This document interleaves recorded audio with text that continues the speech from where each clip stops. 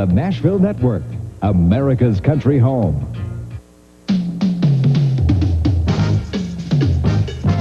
Diamond B Sports presents the American Sports Cavalcade.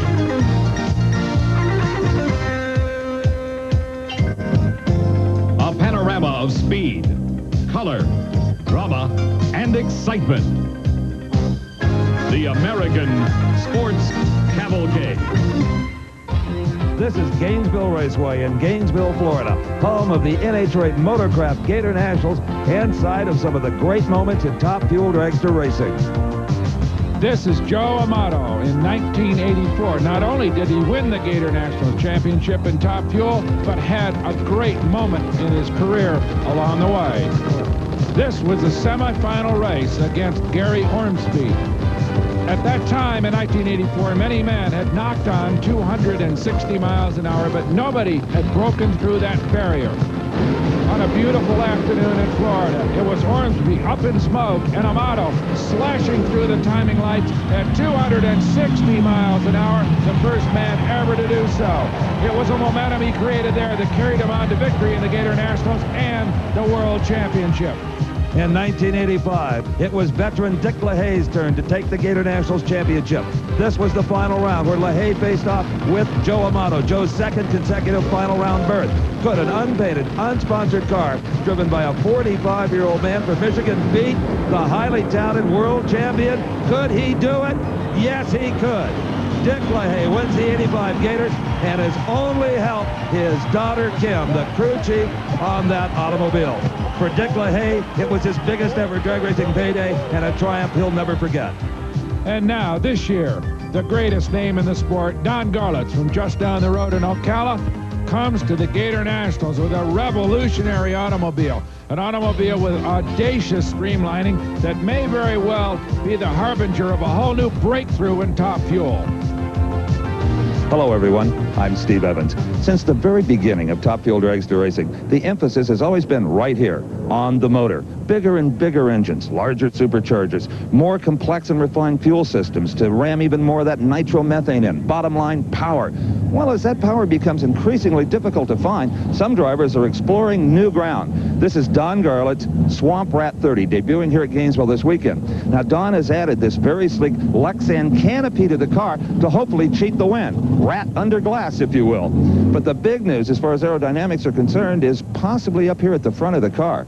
Now, this is the most unusual front-end configuration that we have ever seen. Certainly the narrowest track, and also tiny, tiny front wheels, only 13 inches. Everybody else's are about 22. Specially built front wheels that don't even have tires on them, just kind of an industrial-style V-belt. Now, this whole front body piece is carbon fiber and only weighs 4 pounds. And Don says that its shape will punch a hole in the wind that he's going to drive right through, not just at 270, but 280 miles per hour. Now, Don didn't read any books or consult any engineers or wind tunnels. This is common sense and swamp science. Well, another driver took a different approach. Brock Yates is with that car. Well, Steve, as you well know, guys have been trying streamlining almost from the origins of the sport of drag racing. It hadn't worked too well. In fact, your pal Don Garlitz used it in 1972 and scared himself a lot, simply because the cars tended to fly. Well, over the years, we've learned a great deal about aerodynamics in race cars, especially in Formula One and Indianapolis-type racing. And that is exactly where Gary Ormsby went when he designed this beautiful new body for his top fuel dragster that he brought to the Winter Nationals in Pomona. Now, you'll remember that they had some problems there. A body flex at Pomona in qualifying caused the magneto to break up, and he had a giant blower fire. But since then, it's been cured. The race car now is back here and in full trim with a full Kevlar body. In fact, it's such an Indianapolis-type car that this windshield actually comes from a March Indy car, the actual windshield. But the important part about the body is this lip down here that causes a whole lot of downforce to work on the edges of the automobile. It has a full belly pan, has wings up front, all sorts of sophisticated aerodynamics. But I think the important part about this particular race car is that Gary tells me that it's only the beginning. He has yet another brand new automobile ready to go with an even more sophisticated aerodynamic setup. So you've just started to see the really super streamliners come into Top Fuel. In round one of Top Fuel Racing earlier today, it was that very streamliner of Gary Ormsby in the far lane. In the near lane, the 30-year drag racing veteran Connie Coletta from Ypsilanti, Michigan. 3,000 horsepower engines apiece. Coletta won 2 races last year, operates a very successful flying service out of his home base in Ypsilanti. Gary Ormsby is a car dealer in Roseville, California, and a longtime drag racing veteran as well, with a couple of national event victories to his credit. Even Coletta fans were watching Gary Ormsby, the bizarre-looking machine in the far lane, but Ormsby was down on power. It just kind of weaved its way down the course, and Connie Coletta went on to round number 2 at 5.50 seconds. Ormsby will have to wait till another day for that 270-mile-an-hour run. Well, Gary, you didn't win it, but I guess that's the price you pay for being a pioneer in a lot of ways. I suppose that you have to be pleased in a sense that she ran as well as she did.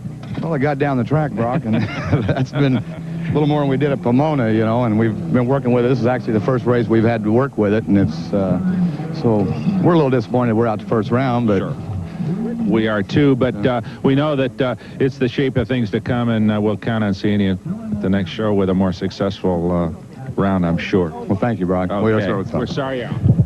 Well, Brock, I've heard you say what looks right is right, and that car just looks fast. Its day will come. Here also in first round was the unique little short car of Diamond Dave Miller from Itasca, Illinois. About 4 feet shorter in wheelbase than any other car, but we saw last year it can fly, but he was up against Big Daddy. Don Garlick's 4-time winner here at the Gatornationals, but his last win goes way back to 1978. I don't have to tell you, this partisan Florida crowd was pulling for Big Daddy.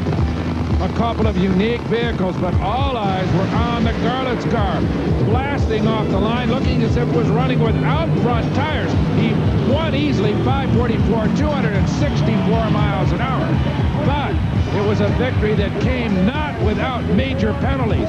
Steve had a look. Well, in qualifying last weekend, Don Garlett's had some problems with the front tires, if you can even call it a tire, and it appears that there's a problem again, as the rubber that he had applied over that V-belt has apparently come apart and done some damage to the front end. It'll be interesting to see if they can repair this and run in the second round. This could be a problem that could conceivably put him out of the race. We'll follow this story. More Top Fuel action. The first lady of drag racing, Shirley Muldowney, still on the comeback trail from her 1984 crash, backs into the line against her first round duel against the former professional football star, Dan Pastorini.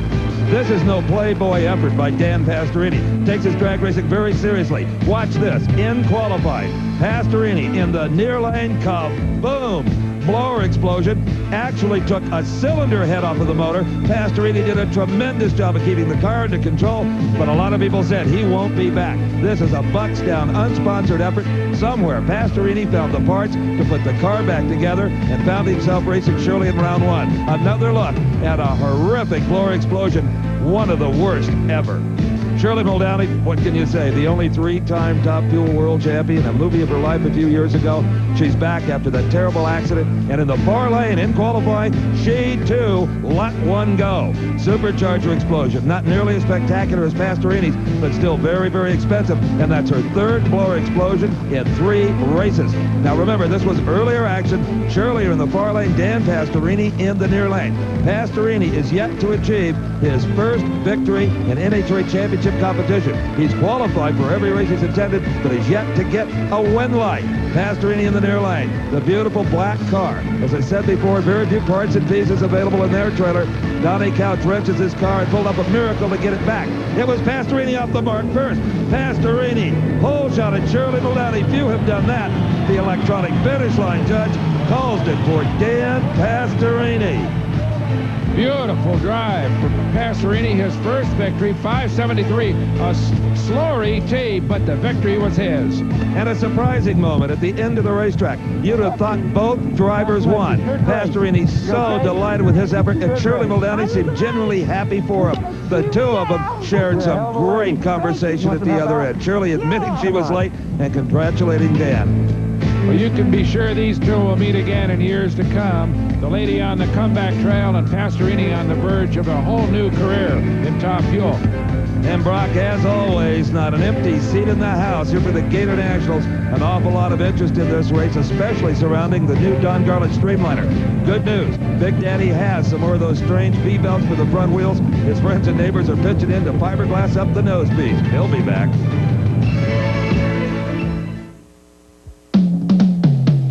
Well, the repair work on Don Garlits' new Streamliner continues here at the Gatornationals, and you can see that it's a little bit of a hurry-up job.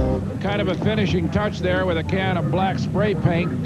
Not exactly what you'd find at the your Rod and Custom show, Steve. No, not hardly.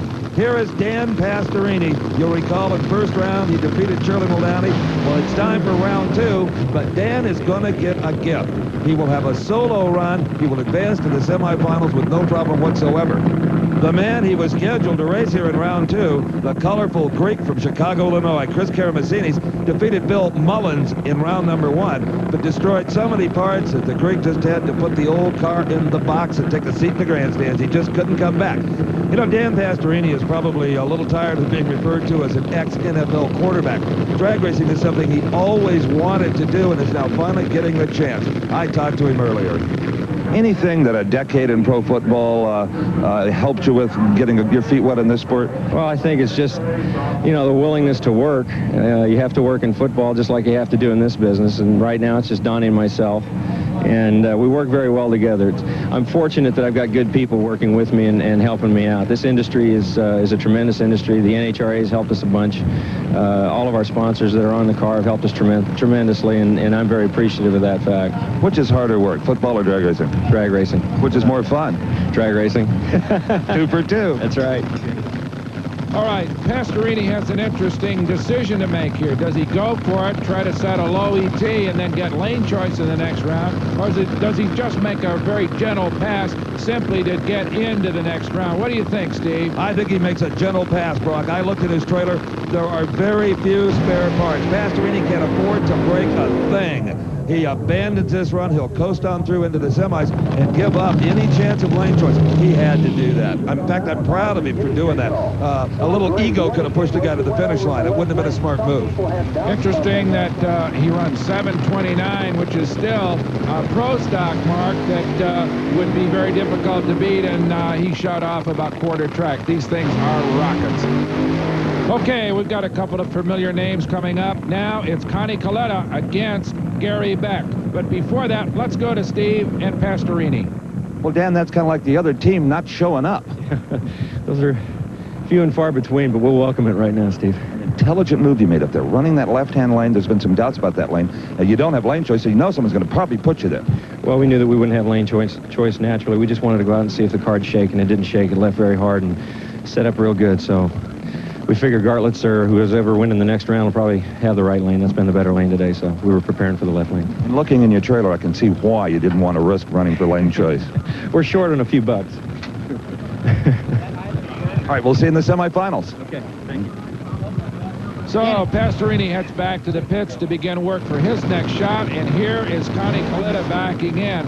His opponent, once again, will be the 2-time world champion, Gary Beck, who still holds the low ET mark in all of drag racing at a 5:39. A man who's had a little bit of a hard time last season, but is one of the most formidable opponents ever in this sport. Well, he salvaged 1985 with a win at the NHRA World Finals in Pomona, California, the last race of the season.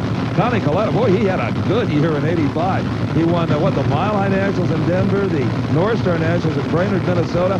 He's running as well as he ever has compared to the competition. And seems to be having a lot of fun doing it. You don't see the kind of pressure on Connie that he seemed to have in his earlier career. Just out there having a good time. This is Connie Coletta's golf course. I mean, he's a hard-working man. This is his pleasure. Gary Beck in the far lane. It is Beck away first. Gary Beck with a good advantage off the starting line. Here comes Coletta. It is Gary Beck. Connie Coletta runs quicker, but Gary Beck wins it. Yes, a 560 to a 563 for Gary Beck. Top speed about the same, 255 to 257, but it was right here on the line. Beck squeezed a perfect light and literally blew Connie away on the start. Connie made a race of it at mid-track, but it was that beautiful start that brought Gary the victory. Gary Beck, nice driving. You beat Connie Coletta with a hole shot.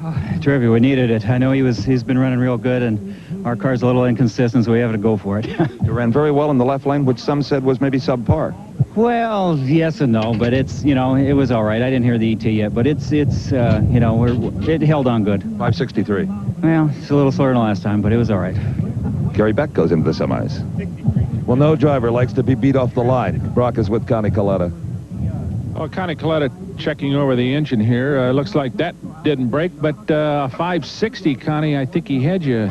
Yeah, he run 3/10 slower than I did, and sometimes we got a clutch problem that we had to put 2 new discs back in it again, and the car just isn't reacting. You step on it, and it's not moving like it's supposed to. So that was the reason for the late start. Yeah, we put 2 new discs in the thing, and it didn't pull. The thing didn't ET decent. You know, we run 550 last round, and it caught some clutch discs, and we put some more weight in it, new discs in it, and it was the wrong way to go. Wrong way, wrong. Well, we're sorry you're out. Okay. Me too.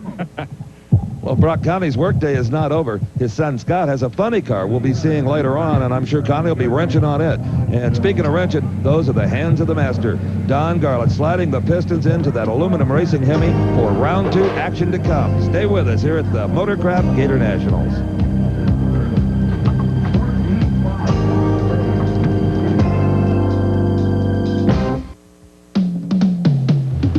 Motorcraft Gatornationals, Gainesville, Florida, and I'll tell you what, the stands are packed right now because we've got a big one coming up. It's Big Daddy Don Garlett, who's going to go against the current top speed record holder in Top Fuel, Steve Evans, and that, of course, is Pennsylvania's Joe Amato. That's right. Just a month or so ago in California, Amato ran 269 miles an hour, and it's a real duel between these two as to who will be first to go 270. You're looking in the far lane at the 84 world champion, in the near lane at the 85 world champion. It has the potential of being the best race of the day. Well, remember, Steve, a couple of years ago, it was Amato with that new high-wing car that ran 260 here. That's right, he stole all the thunder. But this year, it's Big Daddy. And you'd be smiling, too, if you brought a brand-new, untried car to one of the biggest events on the circuit and qualified #1. And Joe comes here with perhaps a little vengeance in his heart. Let's not forget that he gave up his world championship to Garlett's last year. That's right. He didn't like scraping that gold leaf #1 off the wing at all. And this is a lady that had to take it off, and she liked it even less, his wife, Cherry. Well, it's hard to describe Amato's car as old, but it really, in a sense, that it's an old design against the brand new, very radical machine of Garlett's. I guess you could call it at least conventional, Steve. And let me tell you what's going to happen very quickly. You're going to see canopies like that on virtually every car. Garlett says you can't believe what it's like not having that wind blast in your face. It's quieter. He said it's just like going for a drive in the family car. And I understand the people that make them already have 20-some-odd orders, maybe one from Amato. They're pre-staged. That's Amato in the far lane. And the strange front end with a little bit of wheels of Big Daddy in the near lane. Will those V-belts stay on this time? Garlett is away first. Garlett with a monster hole shot. Amato says goodbye, Big Daddy. It is Garlett's winning it at 5:46. Now he's slowed to 246 miles an hour. He doesn't want to run any faster than he has to, Brock. And again, the belts came off. Yes, they did. As we watch it again, there's the hole shot that carried Garlett's to victory. The car looking almost like a blunt-nosed spear driving down the racetrack and easily beating the former world champion Joe Amato. But the victory has not been without its penalties. Once again, the front tires have come off those unique small wheels. And Garlett has gotten out of the automobile, immediately went up front to have a look at the damage. He is concerned. Steve is with him. Well, for Don Garlett, a very fine 5:46 puts him in the semifinal round, and I'm just hoping that he's got plenty of those belts for the front wheels. From what we've seen so far today, he's going to possibly need some more. Don, do you have plenty of those? I got plenty of them. What was that you were ripping out of the front bodywork? With a little spacer that goes in there. So Garlett's obviously very, very concerned, now more with the motor than he is the front end. As we've said before, he knows that these tire arrangements, if you can call them tires, is just a temporary measure until he finds the right thing. But as you can see, the front end of this car again chewed up. The fiberglass and resin will be back out in Big Daddy's pits. Well, you seldom see Garlett's more concerned after a victory like that. A very satisfying one, by the way, so he definitely has problems. We'll stay up with him. But now it's back to the starting line where the reigning champion here at the Gatornationals, Dick LaHaye, is ready to go against the youngster from just down the road in Miami, Florida, Darrell Gwynn. And the Florida fans are plenty proud of Darrell Gwynn. He won the opening race of the season, the Winter Nationals in Pomona, California, a little over a month ago. And what a boost that was for this family-supported race car. Well, you could call both these guys the bedrock of the sport. Dick LaHaye, a full-time professional, not quite as well-financed a team as some others, in the same way with Darrell Gwynn, as you said. Both guys work very hard, struggle hard with family members to stay in there. Unfortunately, Darrell Gwynn had a big setback in qualifying as well with a major blower fire, Steve. Indeed, Brock. Gwynn came to the Gators full of confidence, but it evaporated right here. At the Winter Nationals, he ran 5 consecutive 540 laps times and never heard a part. Not so here. I talked to a very down young man. Well, Darrell, a plenty spectacular fire from where we sat. Did you know that you had all that flame trailing you? No, I didn't. I really didn't expect to have what happened happen, but those kind of things happen. We don't hurt a lot of parts in this car, so I don't know a lot of times when to lift when the piston's hurting, because we don't hurt it that many times, so I don't have real good experience at lifting. It didn't burn too early, but anyways, I figured the car would run 540. I'm very unhappy with a 558. It should have run 535 and blew the rods out of it. Well, that young man now with a new motor on board and some of those precious spare parts and precious dollars expended to get him here against Dick LaHaye. And also, Gwynn has a new respect for what can happen. He knows what it feels like now when the motor goes away. Dick LaHaye in the near line, he's blown up plenty of motors. He'll blow up some more if that's what it takes to win. It is LaHaye away. It is LaHaye by a couple of car lengths. And daughter Kim says, right on, Dad. Dick LaHaye at 554. Gwynn is really going to be disappointed with a 577. Well, it may be that he just pulled some of that power out. So we've got a top fuel semifinal. Dick LaHaye, Gary Beck. LaHaye with a lane choice. The other pair, Garlitz and Pastorini. Once again, Big Daddy with the lane choice. Let's go to Steve with Dick LaHaye. Well, for the man who won it a year ago, Dick LaHaye, you're just another step closer to a repeat win. Well, you know, we came in here with a brand new race car. Never been on a racetrack. And I had that little checkout pass at 560, and then she ran a 49 the next pass, and we run 254s back to back, and we just got to figure out how to make it run a little bit better. And more importantly, you're not hurting a thing. Kim's not having to work too hard.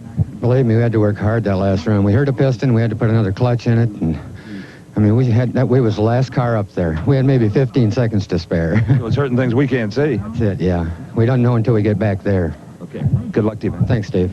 And Brock's with the defeated Darrell Gwynn. Well, I'm with a young man who we saw take it all at the Winter Nationals, but I'm afraid in the home state it's not going to be that way, Darrell. Yeah, we wanted to do a little bit better for our hometown fans, but I'm not into hurting my car or hurting my parts, which we've been doing all weekend, and result can hurt yourself. I saw him out on me, and we've been hurting parts all weekend, and I just lifted right before the finish line.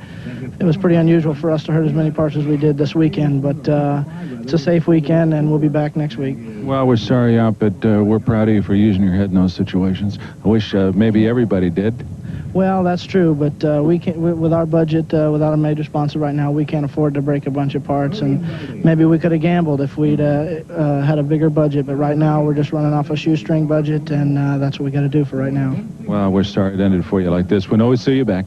Well, yeah, we're just trying to keep up that points lead, the Winston World Championship points lead, and I don't know, Garlitz looks like he just might take it away today. Let's hope not. Okay, well, good luck anyway. See you later. Thank you.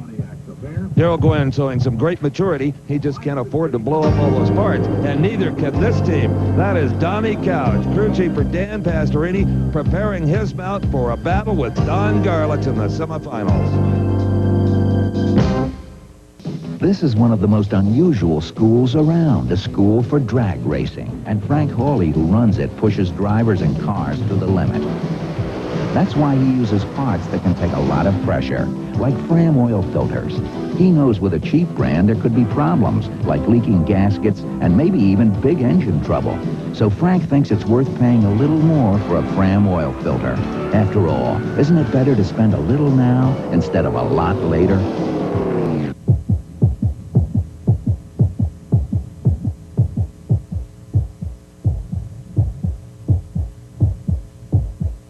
This is America's #1 address for country music. And if you have a question or a comment about your favorite shows on the Nashville Network, please write us in care of TNN Viewer Services, 2806 Opryland Drive, Nashville, Tennessee, 37214. Car time here at the Gatornationals. I'm Brock Yates along with Steve Evans, and I got to ask you, Steve, do you think there's a drag racing fan on earth that doesn't recognize that car? Absolutely impossible, Brock. That is Kenny Bernstein. He is #1 in the world champion, the national lapse time record holder, won more national events last year than all the competition combined. Well, right now, he's up against a man who has never won a major NHRA drag race. That is John Force, one of the hardest workers, one of the most devoted competitors in this particular kind of competition, and has had victory elude him repeatedly. Just the opposite is true for this man, Kenny Bernstein, now of Newport Beach, California. The reigning world champion and certainly the innovator in the class. John Force has been runner-up 6 times at national events, including the Winter Nationals, where he was defeated by Tim Gross. And ironically, the two met earlier today in round number 1. Tim Gross's new car over in the far lane, not the car he won the Winter Nationals with. John Force was in the near lane. Now take a good look at Tim Gross's car. Do you see anything unusual about it? Well, I'll tell you more about that in just a bit. But first, let's look at the race that happened earlier today. John Force in the near lane, Tim Gross. The car's so new, it is unpainted. He's got a brand new truck and trailer coming, going to join the big boys with the 18-wheelers. Good to see that young man rewarded with some success after all these years. And John Force could use a dose of that success as well. Away they go, and it was John Force off the mark. He never looked back.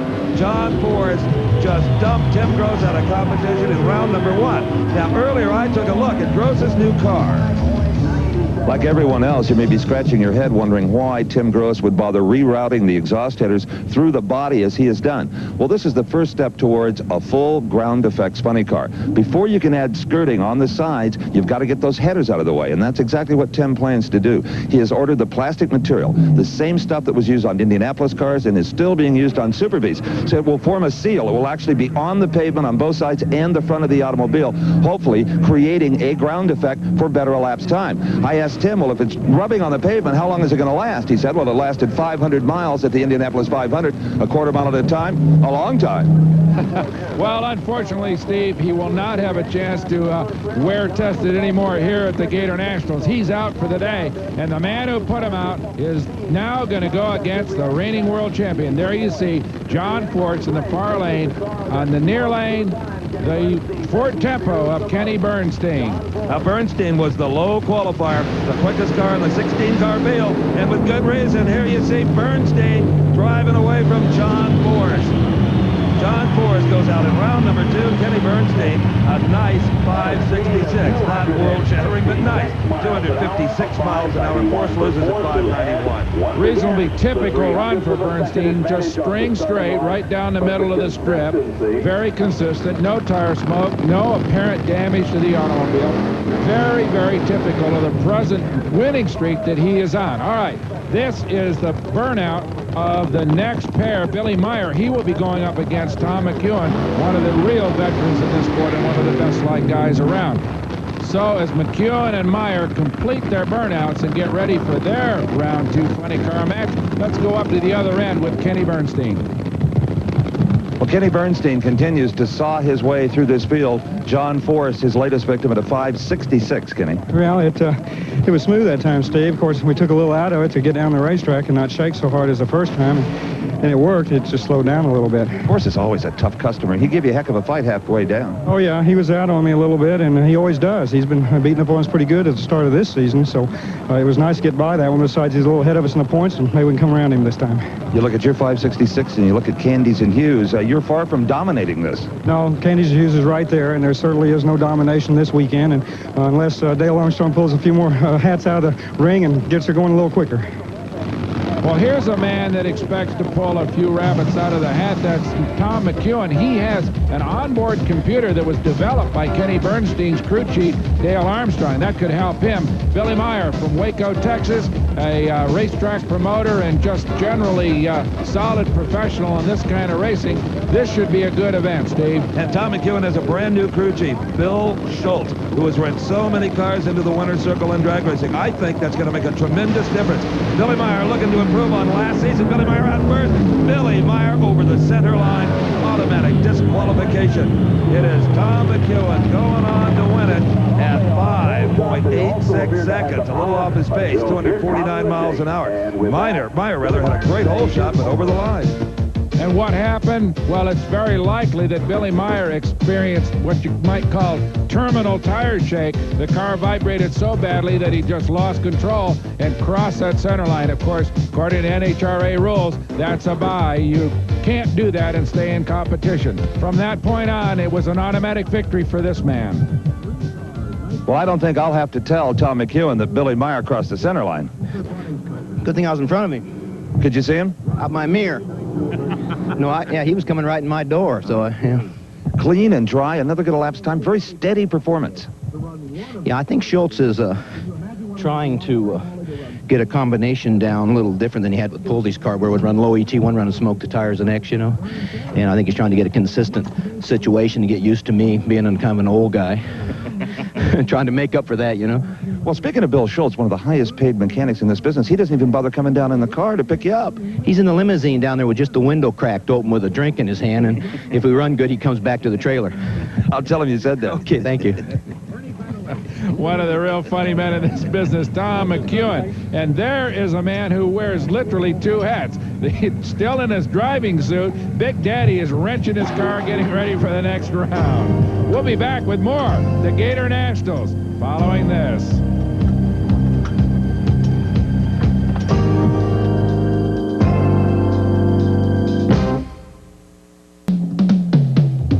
No pit area is more organized between rounds than that of Kenny Bernstein. Under the leadership of Dale Armstrong, 5 guys. They all know their job and do it very well. Now they're getting ready for a semifinal matchup with Tom the Mongoose McEwen. And over in his pit area, things are every bit as orderly as this, except for an engine change going on. Now, crew chief Bill Schultz says this motor doesn't seem to want to run quicker than 580. There's nothing wrong with it. It's just not fast enough. The camshaft is wrong, compression, whatever. He's putting a brand new bullet out of the trailer into the car. Now, he's not doing it personally. I don't even see him. Maybe he phoned in instructions from the limousine, Brock. Maybe it's the limousine's motor. Who's to know? But in any case, it's going to be a fresh one as McEwen gets ready. But right now, we're going to have to go down to yet another former world champion who has had some problems last season. That is the beautiful Candies and Hughes car driven by Cincinnati, Ohio's own Mark Oswald. They just came into this sport a couple of years ago and did beautifully. Last year, not so good. That's right. Well, Mark Oswald had low ET until the last half hour of qualifying when Kenny Bernstein took it away, and also the $3,000 worth of bonus money that went with it. Part of almost $750,000 up here at the Motorcraft Gatornationals. Mark Oswald from Cincinnati, Ohio, as we said, won the World Championship in funny cars in '84 with this team. Ed McCullough, well, he won so many titles back in the early 70s, I can't even count them all. Took a few years off and then came back with the Larry Minor team. But 6 weeks ago, the Winter Nationals, this was Ed McCullough in the far lane. Oh, boy, just about the worst blower explosion we have ever seen. Completely destroyed the body on the car. All that was left were the front fenders. Now, he had only 6 weeks to repair this car. And Brock, after a fire like this, it'd almost be easier to build a new car. There's so much damage. Well, I'm sure that his $100 deductible on the bodywork definitely was used up, because that was about as bad an explosion as we've ever seen in terms of just body damage. Fortunately, though, Ed, who's tough as nails, was all right. He came back, and they, I would imagine, though, that's a fresh body, Steve. I don't think they made any repairs on that one. I guarantee it. Oswald is ready. McCullough is ready. McCullough in the far lane. It is McCullough away first. Oswald is smoking the tires. Oswald cannot recover. It is Ed the Ace McCullough. And, well, I'll tell you, he was lucky Oswald smoked some tires. That is not a good elapsed time. A 6:67 at a very slow 197 miles an hour. Well, you got to wonder whether the Ace backed out of it. It's unlikely, though. They don't carry rear view mirrors in these cars, so he may have some problems. All right, the next pair. That is Martin versus Scott Coletta. Of course, Scott is Connie's son. That's right, and in the near lane is John Martin, a heating and air conditioning contractor from Upland, California. He tried the sport a few years with hired drivers and finally decided to have some fun himself. Scott Coletta was going to the drag races before he could even walk. You just knew this kid was going to compete someday. Well, he ran a top fuel car for a while, a pair of top fuelers for the Coletta father and son combination, but now it's a funny car with Scott on board, and the old man still running the top fuel ranks. Looks like maybe one of the crewmen's peeking in there to see if Scott's still on board. I don't know. They got a little bit of problem. Let's go to Steve. Well, Ace, that was simply a case of he had worse luck than you did. He smoked the tires, and your engine didn't sound that good. I'll tell you, Steve, we put the rods out of it the first run, and it was a real thrash to get this thing back together. And Mark's been running awful good here, you know, and I mean, I was just lucky, you know. I need a little luck. I haven't had it in a long time. Not at Pomona, you certainly didn't. No, sir. We don't need any more of that either. That must have been quite a thrash to get this car rebuilt after that horrendous fire.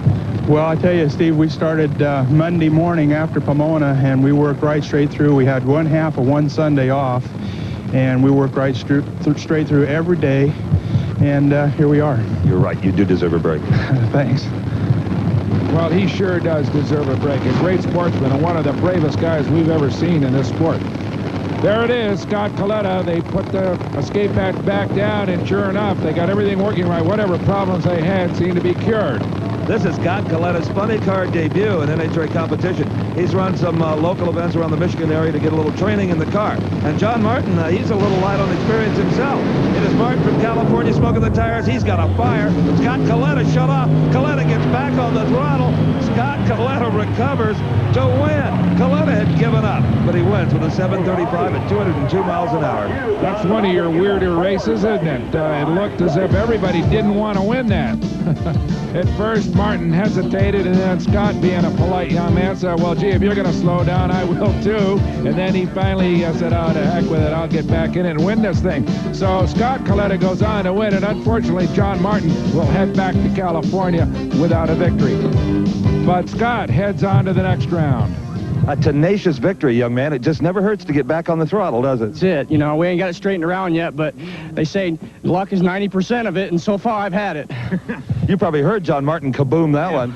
Yeah, and it was shaking the tires, and I almost crossed the center line. That's why I lifted, and then I saw him bang, and I said, take it. Will your dad get involved now that he's out? Yeah, he never wasn't involved. You kidding me? Well, maybe we'll see the old man riding down the track with Scott in the semifinals. He'll be going up against Ed McCullough. Remember, both these guys had pretty mediocre ETs and some problems on their runs. That'll be interesting. We'll see Tom McEwen go against the king, Kenny Bernstein, and Bernstein has the lane choice. Well, the packed grandstands here at Gainesville Raceway, folks are having a great time, and adding to their enjoyment, two-time funny car champion Frank Hawley is on the public address system, telling them what's going on. Back at the Motorcraft Gatornationals at Gainesville, Florida, I'm Brock Yates, along with my pal Steve Evans, who's with Connie Coletta, and believe it or not, a very special guest. Well, I'm with Scott Coletta's father, Connie, and the one they call Mischief here. And you had to be pretty excited watching that last round. The kid alertly got back on the gas. Yes, I was. I was sure glad he got back after it because it put us into the semis. Well, you have plenty of experience in funny cars. What advice do you have for Scott, or do you even bother him? No, just let him do his thing. He does an excellent job driving the car. He's right after it. He knows what the car's feeling like. He can feel it tip over. He does an excellent job. Now, you've sat in the stands and watched plenty of races, too, but when your own kid is in that car, that's got to be a different sensation. It's different. You can get hurt in the car. You can get burned. That's the one thing that really bothers me more than anything, in catching the car catching on fire, and it can happen. He's tough, though. Kid's tough. So's the old man, believe me. As they get ready to go into the semifinals, that is Scott Coletta's funny car. You'll see him later, but right now, we've got us some Pro Stock action. Round two, Steve. Indeed we do. In the far lane, the beautiful Trans Am. That is Butch Leal, who last season gave Pontiac the first ever Pro Stock victory at the Southern Nationals over in Atlanta, GA. Butch is a 41-year-old California pro now based out of Black Lick, Ohio. His competition, well, he is also driving a Trans Am, a beautiful black and silver car. That's a husky boy named Dempsey Hardy from Vero Beach, Florida.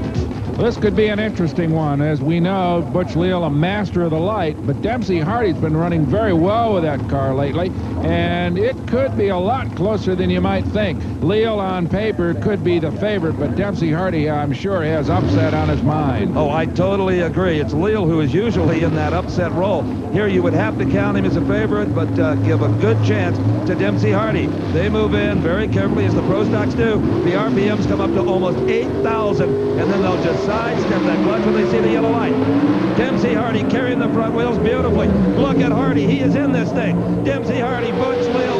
Whoa. Did he give Leal a scare? Dempsey Hardy left the starting line first by 300ths of a second. Ran a 7.65 to Leal's much quicker and winning 7.56. Top speed a little bit closer, though, Steve. 182 miles an hour for Dempsey, 183 for Butch. It turned out, though, that it was right about mid-track that Leal took command of the race and went on to win. But as you said, Dempsey Hardy gave him virtually everything he expected and then a little bit more. Almost a half a car length win. Our next pair of Pro Stocks are fired and ready during their semi-stationary burnouts. This is the Firebird of Don Campanella. He will be up against the Camaro of Jerry Ekman. Interesting story on Don Campanella. He's from Wayne, New Jersey, and he struggled so much in qualifying that he was going to load the car and go home. And his crewman said, Don, we came all this way, let's try another run. They qualified third. Jerry Ekman from Ventura, California, has that pretty Camaro. Has never won an NHRA national event, but boy, he's tough in the first, second, sometimes even the third round. Ekman is in the far lane, the near lane, Campanella. Hard to pick a favorite in this one. These guys are both good runners, but as you say, not quite yet ready to challenge the Gliddens and the Warren Johnsons, but it could be a very, very interesting race right now. Well, Campanella qualified so much better than Ekman did that I would ride. Well, in fact, Ekman has red lighted. I think that was a case where he felt he needed an edge off the line. He gambled and lost. So pay no attention to who crossed the finish line first. Don Campanella wins it here in the near lane at 7.63, 180 per. Well, I suppose, Steve, you get percentage-wise more red lights in Pro Stock than any other category because these guys are so competitive. The cars are so evenly matched that you have to squeeze that light. You have to have that microsecond reaction time or else you're simply not going to win. You not only have to have big power and great handling, but boy, the reaction time is just so critical. And in that case, it was a Ekman that just squeezed it too close. Okay, our next pair of Pro Stocks are fired and ready. 2,350 pounds, 500 cubic inches maximum, pump gasoline, 2 4-barrel carburetors. That's pretty much the rules. In the far lane is Gordy Rivera from Yuma, Arizona. In the near lane is Gene Bashing. Both of these guys have traveled a lot of miles to be here at the Gatornationals. Bashing has an Oldsmobile Calais, and he is all the way from Winsted, Minnesota. Just a dedicated drag racer, still looking for that first big one. Gordy Rivera, boy, he's come so close. He made the final rounds. He's enjoyed some beautiful hole shots. I know, Brock, you've enjoyed interviewing the guy. He reminds you a little bit of Lee Trevino. Really an amusing guy. Good, fun guy. Here's an interesting contrast between the kind of new and old cars. Bashing is in one of those narrow, tiny little 86 Oldsmobile Sierras, tiny little frontal area. Gordy is in one of the larger, older, really more conventional Camaros. You'll notice, if you get a headshot on these two cars, that Gordy's car is considerably wider and pushes a lot more air. Let's see if it makes any difference. They are off the mark right together at half track. It's still a pretty good race, but it looks like, yes, in the far lane. Gordy Rivera pulls it off. No parachute, but this is a good, long racetrack. He'll gather it up. 761 at 175 miles an hour for Gordy. So it was just a question of big power, and Gordy pulled it off. He did give away a little bit, as I said, in frontal areas, perhaps streamlining, but it didn't make any difference. He goes on, and there is the man who has won more Pro Stock races and more Pro Stock titles than anybody else, Bob Glidden. Look at the back of Glidden's car, Brock. The wheelie bars there that are kind of coated with some kind of white substance. Well, earlier I found out all about that. The Pro Stock automobile is certainly the most sophisticated in drag racing. But conversely, one of their most important chassis tuning tools is a bottle of white shoe polish. You nurses will recognize this. They take the shoe polish and coat the wheelie bars. Now, what this tells them, for example, let's say the car leaves the starting line, the left wheelie bar barely touches the ground, the right one leaves a long white track. Then they know that the car is loaded too heavily on the right side. An adjustment needs to be made. Ideally, these wheels should just barely graze the racetrack for 3 or 4 feet and just leave a minor little white stripe. If it does that, the chassis set up right. That's the kind of thinking that brings championships, and Ned has done it 6 times for this man, Bob Glidden from Whiteland, Indiana. Bruce Allen, he's in the famed Rare Morrison Camaro, one of the strongest motors under that hood that you'll find anywhere. Absolutely. Now, Glidden posted a personal best of 7:49 here in qualifying at the Gators. So count him a slight favorite, but anytime it's Ford versus Chevrolet, don't you know it gets the fans' attention. That battle goes back to the early 60s. It is Glidden away first. Glidden with a 4/100 hole shot. But wait a minute. Look at the power in the Chevrolet. Pulling even end ahead is Bruce Allen. 769 at 178 miles an hour. He powered by Bob Glidden. A classic drag racing confrontation, about as good as they ever get in Pro Stock. Look at that launch of Bob Glidden's, a beautiful hole shot. The Ford looks as if it's on its way to victory right there, but it was the car, the Camaro of Bruce Allen from Arlington, Texas, that pulls it out just before they get into the eyes. There it is, about a half a car length, 178 miles an hour for the winner. Glidden's crew was doing a victory dance on the starting line when they saw that hole shot, but it was not to be. Here's how the semifinals will set up in Pro Stock. Bruce Allen for Chevrolet. Butch Leal for Pontiac. Leal will have the lane choice. That should be a beauty. It'll be Don Cabanello, really the surprise so far in this race, up against Gordy Rivera. Those are the Pro Stock semifinals, and we'll be back with more from the Motorcraft Gatornationals.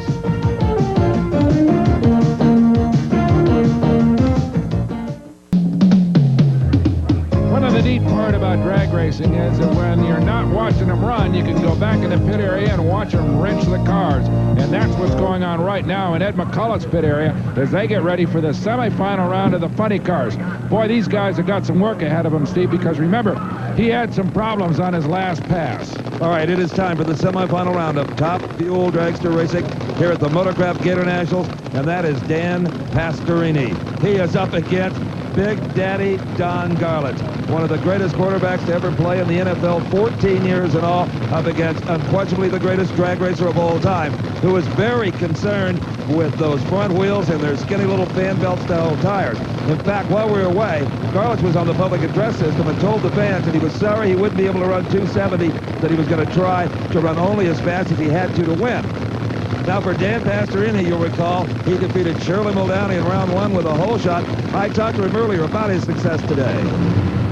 To beat Shirley Muldowney and Don Garlits in one afternoon, I don't know of a Top Fuel driver who hasn't had that dream. You've got a shot at making it reality here. It is a dream come true, really, Steve. I'm really excited about it. We've been working real hard for the last year. I got to give credit where credit's due. This car wouldn't be what it is today if it wasn't for Donnie Couch. He's done a tremendous job getting the car ready. And as you know, we're not a high-dollar operation, but, you know, we get the job done sometimes. You ran a 5:48 in qualifying. If you can go back to that, you will be very competitive against Garlits. I think we're capable of doing that. This morning we had a little tire shake against Shirley, and then we went out and remedied that the second round. We just did a little squirt for about 200 feet, and the car left real good, so I shut it off, fortunately, because we had the blower pulley tighten up on us. So we. Will Donnie risk hurting the motor to beat Garlits? We're gonna try to win. Let's put it that way. We're gonna try to win like if we had $1 million sponsorship behind us. This is what we came here for. That is no longer Dan Pastorini, ex-quarterback. That is Dan Pastorini, drag racer. And you heard him say he's had that dream of beating Shirley and Big Daddy. Well, he's got one of them down, Brock, and now it's time to meet the master. Don Garlits got to be concerned about those front wheels, but it is Garlits off the mark first. Don Garlits with a hold up, but look at Pastorini. Pastorini was so close. In fact, the scoreboard says it all. 272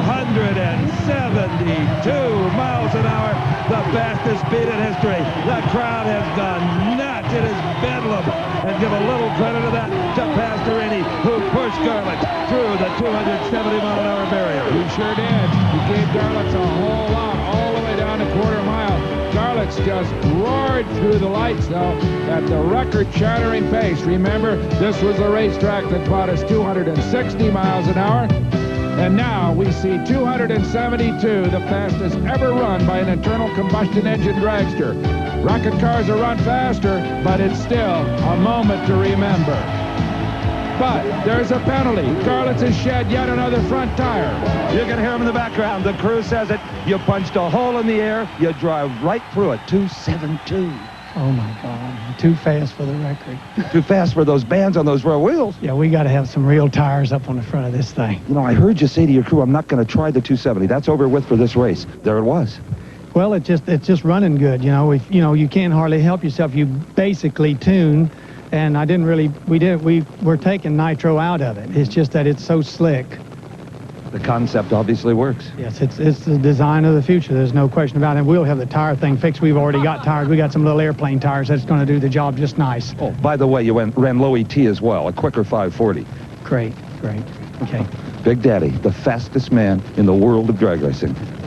But right now, all he's thinking about is the next round. Garlits just kind of eats records and digests them and goes on to something else.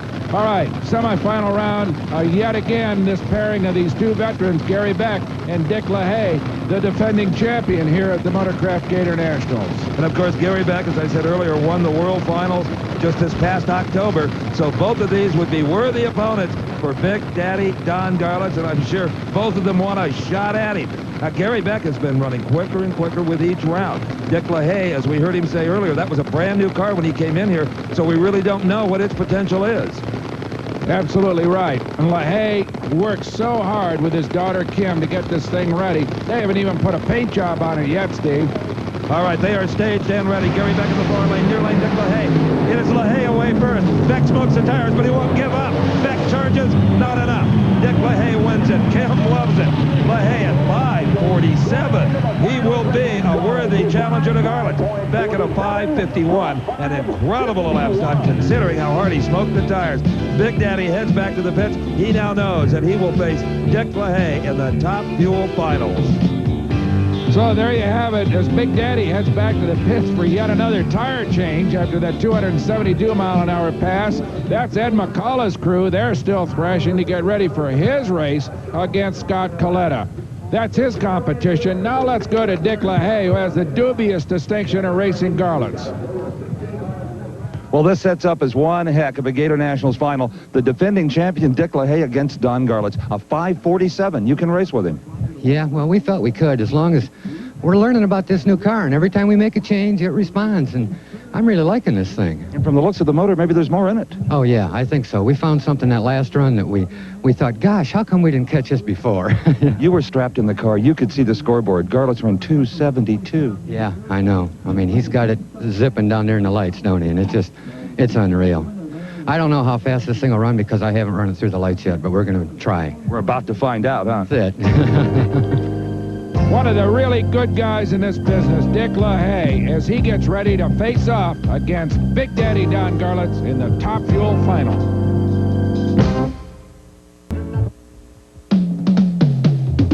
Boy, they love their Big Daddy here at the Motorcraft Gatornationals, right in the heart of Florida, the home state for the man who just ran 272 miles an hour, and one of the fans brought Big Daddy this. Well, what the heck? Give him a break. He only exceeded the speed limit by 2 miles an hour. But up front, some problems again with those front wheels, and that carbon fiber nose piece has also been abused once again, but you know he'll get it fixed. Here we go into Pro Stock. Why, you recognize that Camaro, Steve. That is the Rare Morrison car driven by Bruce Allen. And he is up against the man, Butch Leal, in his Firebird. This could be a really interesting matchup. These guys ET'd just about the same in their last round. You know, Butch Leal was very conservative off the starting line. Actually let his previous opponent away first and reeled him in. He can't do that with Bruce Allen. Allen has equal horsepower at least. Well, he's got a notch on his gun belt that very few have gotten recently. He just knocked off Bob Glidden. All right, they're moving into stage. You can hear those RPMs come up. They strain the motors to the limit. It is Butch Leal away first. Leal has nailed Bruce Allen on the lights, but by only 200ths of a second. Is that going to be enough? Oh, boy. Yes, it is. Butch Leal goes into the final round at 7:54 to Allen's quicker 7:52. Well, it was right at the lights that he won it. It was a beautiful hole shot by Butch Leal, and it paid off for him. As we go to Don Campanello and Gordy Rivera, yet another pair of guys that really are very much due for major victories here. Well, especially Gordy Rivera. He has come so close. Now, Campanella, he's been to the semis a lot of times. He has an opportunity here to go into, I believe it would be his first ever final. And let's remember how well he qualified after struggling for a couple of days. So, Campanella, he's hungry, no question. Well, we've got a couple of the big hitters in this business out right now. Warren Johnson not in it, and of course Bob Glidden out of the deal. So it may be a wide open proposition for some of these, not what you'd call underdogs, but guys that don't win quite as much in Pro Stock. That's absolutely right. Gordy Rivera, speed shop operator in Yuma, Arizona, and they leave the line very close together. A slight advantage to Campanella, and Campanella's going to parlay that into a victory at 7:69, 177 miles an hour. Don't you know he's glad he didn't go home. Gordy Rivera at a 7.74, and there's the final pairings from New Jersey. Don Campanella from Ohio, Butch Leal. It's an all General Motors affair. Absolutely. Well, here he comes again, Mr. Consistency, Kenny Bernstein. I can name you a bunch of airlines that don't run as close to his schedule as this guy. He is so clean and quick in this racetrack, in this race car. But the man he goes against is Tom the Mongoose McEwen. They put a fresh motor in here. Remember, he get it that his crew chief, Bill Schultz, rides around in a limousine. But you got to believe Bill got out of the car to get this ready for this race. All right, now let's go to Steve with Butch Leo. Well, for years we've been saying how quick Butch Leals is off the starting line. It paid off again. You had 200s in the bank, and you needed it. He ran 200s quicker. Oh, yeah, it was the greatest race. Bruce is always there every time, and I told him last year, I said, you beat me every time I race you, my year this year. And he's just such a nice guy and a great driver, as you know, and I knew they'd be ready at this time. They've been having trouble, and they got it fixed, and he was right beside me. Matter of fact, I didn't know who won. You looked for me, didn't you? Yeah, I was looking for you, Steve, and I just said, whoa, boy, this one's close. I didn't know. I couldn't turn around. As you know, we're so tight in the car to look to see what the wind like, but that was a great race. Let's hope we talk one more time. Yeah, one more time. Thank you. Good job by Butch Leal, who is very much overdue as Bruce Allen comes over to shake hands and say, congratulations, job well done. All right, there goes the Mongoose backing in. He is ready to go, and boy, he's got his work cut out for him, Steve. And I'll tell you, what a gutsy play by the McEwen crew and Bill Schultz to take out an engine that was just fine and put in a brand new bullet. But you might as well try something when you race Kenny Bernstein. As you have emphasized, Brock, he is consistently quick, not just occasionally, but all the time. This racetrack has been very good to Bernstein. He won the event here a year ago. He was the first to run 260 miles an hour. That happened right here. So Tom McEwen said, we got to try something. Bernstein in the near lane, McEwen in the far lane as they stage here at Gainesville. All right, this could be a good one. Bernstein away. McEwen head to head. This is going to be a tight one. Who won it? Tom the Mongoose McEwen has upset Kenny Bernstein. He outdrove him off the starting line, ran 200 slower, and drilled the reigning world champion. The engine change paid off. Boy, did it just do that. Look at this. McEwen off the line by just a wink, a little bit better reaction time, but it appears right here that Bernstein is running them down as they get into the lights. Now, you look at this. You'd swear that it's Kenny Bernstein that won it, but the lights don't lie. And now, let's talk to the man who pulled it out. I'll tell you, the driving talents of Tom McEwen and the wrenching ability of Bill Schultz may be tough to beat this season.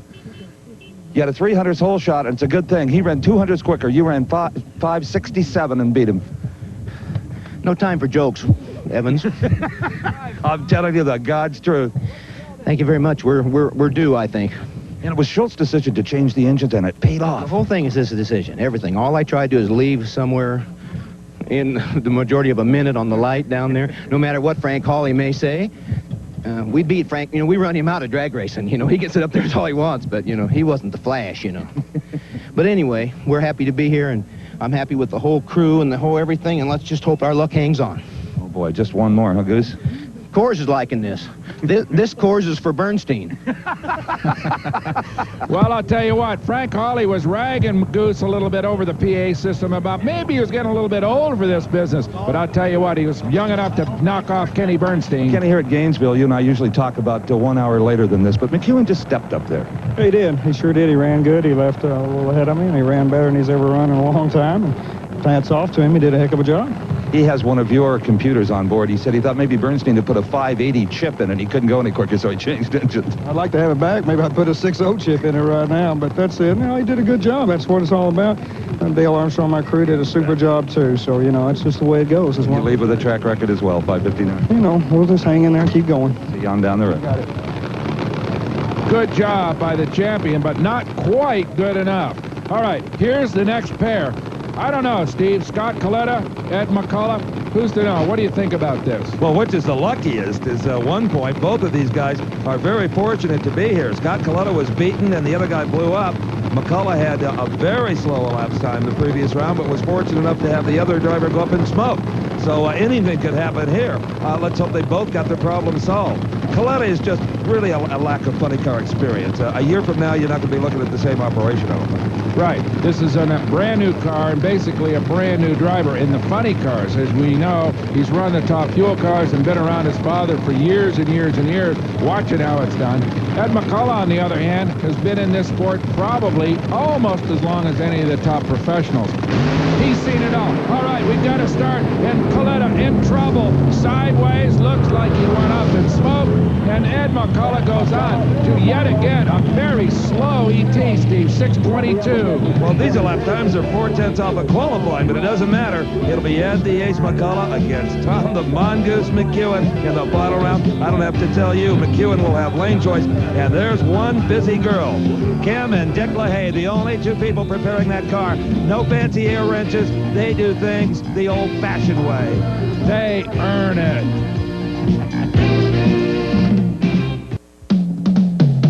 Well, that man could run for governor of Florida and probably win in a landslide if the election was held tomorrow. Don Garland straps the blower manifold on the engine, getting ready for the Top Fuel final here at the Motorcraft Gatornationals in Gainesville, Florida. I'm Steve Evans along with Brock Yates, and only 6 cars remain. 2 Pro Stocks, 2 funny cars, 2 Top Fuel dragsters, and this is the Pro Stock final. Don Campanella and his Firebird in the far lane heating up the tires. Brock, I checked in the stats, and Campanella has been in one other final round back in 1984 at the Southern Nationals. And this is an all-Pontiac Pro Stock final. First time that's ever happened. Right, so they're guaranteed of yet another win. They've only had one in the Pro Stock ranks, but they're going to get another one no matter who wins.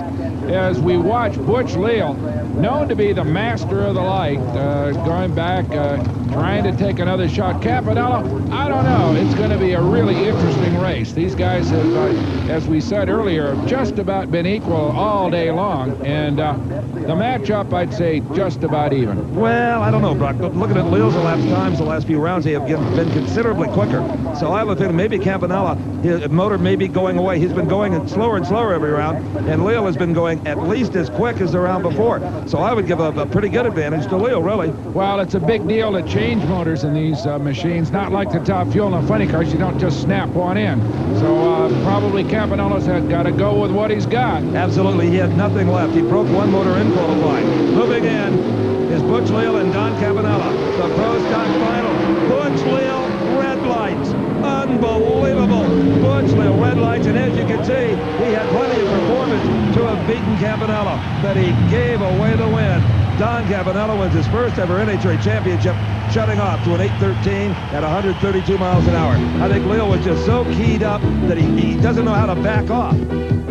Well, he didn't back off enough because he squeezed that light just a wink too much. The old red light came on and it was bye-bye. Campanella wins it. Well, I don't think Don Campanella had the foggiest idea that Butch Leal had red lighted when he rolled up here, Don. No, he's a pretty good driver. Congratulations. For a guy who was going to go home yesterday, are you glad you stayed? Got me on the spot now. You had a lot of motor trouble, but you came through. Oh, yeah. I changed 3 engines. We had a lot of problems all through the week. You know, we only made 1 qualifying run. But when luck is with you, it's just there. Well, congratulations. The biggest day in your drag racing career. Definitely. Definitely. Thank you. Don Campanella, the upset winner of Pro Stock. And a man who will go back to New Jersey with about $17,000 in his jeans as Butch Leal comes over to offer his congratulations. Well, Butch Leal, you rolled in here, and I don't think you knew you had red lighted. No, I didn't. I thought I won the race, and that's pretty disappointing, Steve, at this time. The way you lean on that tree, though. Well, it wasn't that. I thought I got in well. So I get in tight, and I was ready. As you know, as you get further along in eliminations, you get quicker and quicker, and I seem to anyway. And I didn't think I leaned on it that hard. I figured that I had a little bit of advantage maybe over him. I don't know what I ran compared to him, but I think better. When I visited you this winter in freezing cold Black Lick, Ohio, you told me you were dedicating yourself this season to the World Championship, and you got a lot of points here. Yeah, we did, and if we're not leading, we're very close to right now leading the championship, and I just feel bad for, you know, all the guys that spend all the time working real hard at the shop, and, you know, of course for Nationwise and Castro, GTX, Gil's going to call me tonight and say what happened. I said we should have won the race, maybe. Gil Kirk has raced a lot of years. He'll understand. I hope so. Thank you. Tough break for Butch Leal, but back at the starting line, a major break for Ed McCullough, because this man Tom the Mongoose McEwen will not run. That means McCullough will make a bye-run. He can coast it down the track to win the funny car championship. And McEwen had it all going for him. Brock McCullough struggled all day long, and the Goose painfully looks at McCullough shut the car off. McCullough didn't have enough in the motor to even make it a quarter of a mile. McEwen, unfortunately, had to give it to him. Hard to say what happened to the Goose's car. I thought I heard a little bit of a bang, maybe a supercharger backfire. But this man, Ed the Ace McCullough, he coasts off the end of Gainesville Raceway with the funny car title in his pocket and Lady Luck in his lap. But I'll tell you a guy who doesn't need any luck. He has just thoroughly thumped the competition so far. That, of course, Big Daddy Don Garlits, an all-time world record of 272 miles an hour. But Dick LaHaye, he could be tough. Only 2 cars remain in the Motorcraft NHRA Gatornationals. This man, Dick LaHaye, with his daughter Kim, firing up that massive power plant, will go up against Don Garlits. Garlits, we'll say it again, 272 miles an hour. You get the feeling, Brock, that with that configuration on this brand new car, that motor is running much easier. He is indeed punching a hole in the air and getting through it before it close up. It could very well be. You can see the major contrast in the cars. Dick LaHaye, a very conventional machine, beautifully turned out, and it's run very, very well. But Garlits seems to have the handle. He came in here with that car with that beautiful streamlining, has had problems with the front tires just keeping them on. But as he said, he'll get that sorted out. It's just a matter of time. Okay, now as the guys complete their burnouts, let's go to the other end with a funny car Victor. Well, Ace, congratulations on winning the Gatornationals. We could still make a flight to Vegas. You want to do that tonight? You're hot. I tell you, Steve, as long as I've been without any luck at all, I think I got all 2 years of it right here today. I mean, it's unbelievable. I don't know what went wrong with the Goose car. It kind of popped, and that was that. The guy said it sounded like possibly it hydraulicked it up there at the starting line, you know, and, you know, I don't know what to say. I mean, I was glad to see McEwen go, you know, get this far. Sure. He ran real good. He welded Bernstein, you know, and, you know, that was a big plus for him. We joked about it a little bit. Who's the luckiest today? Well, I'm the luckiest today. Hard to believe 6 weeks ago you were riding a volcano. Well, this makes it worth it. I mean, I would much rather be out here running low ET, but, you know, our Miller American, you know, team here, we work real hard at what we do. And our Oldsmobile, when we get her straightened out, look out, boys. I agree with that. Congratulations, Ed the Ace McCullough, Gatornationals funny car champion. Our congratulations as well, Ed. All right, back to the starting line. And Steve, it looks like Big Daddy's got another set of rubber on there. He sure does, and he hopes it's the last time he ever has to change him. You heard him say earlier he's got him some kind of airplane tire. Lord knows what he'll come up with. But Dick LaHaye and Don Garlits both debuted brand new cars at this event. Had never made a lap down the drag strip. Big Daddy, of course, with a very distinctive canopy over him. Dick LaHaye, you'll probably have one of those real quick. And I'll tell you, what Garlits has done here is very easily imitated if you can find the right kind of wheels and tires. I think he's got the stereo on in there, probably got the air turned up, things are nice and comfortable. Well, no matter what, Dick LaHaye will win the Roadster class while Big Daddy will take home the Coupe title. He can guarantee you that. I'll tell you, if LaHaye can get a good start here, this is not over yet. And LaHaye does get a good start, but he smokes the tires just a little bit, and that's going to be enough. And LaHaye explodes a supercharger. LaHaye was within a car length of Garlits as Garlits slows down a full tenth to a 550. Had that blower not have come off, Dick LaHaye might well have robbed Big Daddy of the Gatornationals title. LaHaye's car launches beautifully, wheels in the air. He's ahead of Garlits. He sure is. Garlits string straight. LaHaye a little bobble at about quarter track, but he gets it back. And then the disastrous blower explosion right in the lights, and that cost him victory. But I'll tell you what, no shame on the part of Dick LaHaye. There you see it. That was the end of it all as Big Daddy goes on to victory here at the Motorcraft Gatornationals. An outstanding run by both men. Well, Don, as many years as you've been racing, few days could possibly be more satisfying than today was. The hometown crowd, everything went right, the record, the whole deal. Yeah, what did we turn? Not quite enough to back up the record, but believe me, everyone acknowledges you were the first to go 270. Really, it's been quite a day. And I noticed there's some scars on the canopy there. It's nice to have that there. A piece of that belt came back with the fiberglass and hit it pretty hard. I have a feeling that's the last time we'll see the belts on the front end of this car. You can bet on that. Dick LaHaye was a tough customer. He exploded a blower there. He might have even been tougher. Yeah, he was right there almost all the way. And the theory works. The front end works. Yeah, the design is correct. We just got to get the right components up there. How long do you think it'll take before someone imitates it? Well, I imagine a few weeks. Don Garlits, the Gatornationals champion for the 4th time. And our congratulations to Big Daddy and to Funny Car champion Ed McCullough and Pro Stock champ Don Campanella. For Steve Evans, I'm Brock Gates. Thanks for joining us. The executive producer for American Sports Cavalcade is Harvey M. Pallage. Produced and directed by John B. Mullen. Promotional consideration provided for and a fee paid by the Style Auto World Championship Team, the nation's premier source of fast lane fashion. Style Auto, the champion's choice for the style of your life. The American Sports Cavalcade is a presentation of Diamond P Sports.